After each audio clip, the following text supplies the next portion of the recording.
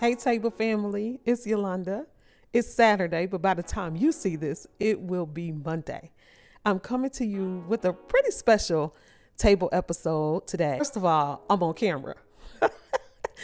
There's a reason why that the podcast started off as an audio podcast and will continue as an audio podcast for the foreseeable future because of the work it is to be on camera.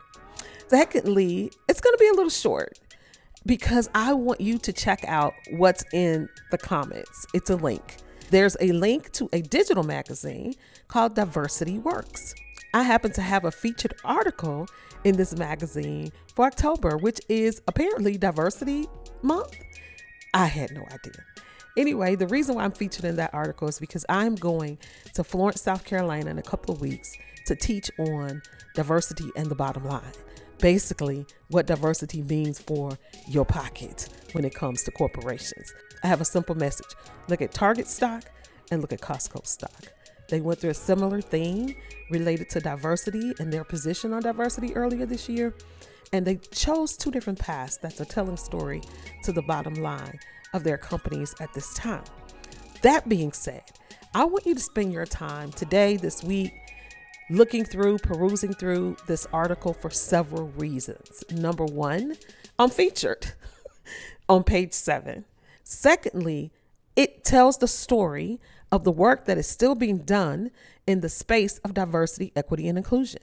Listen, DEI only dies if we let it. The Washington Post tagline is democracy only dies if we let it. And they've done their fair job of making sure that it's at least on its last breath.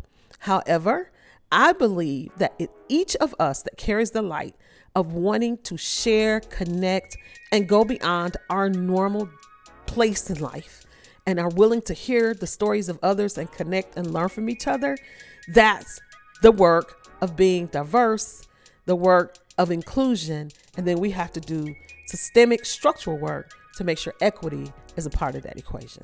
So thank you again for always being willing to hear our stories. You know, this podcast is a passion of my heart, and I appreciate each of you for coming along in this journey.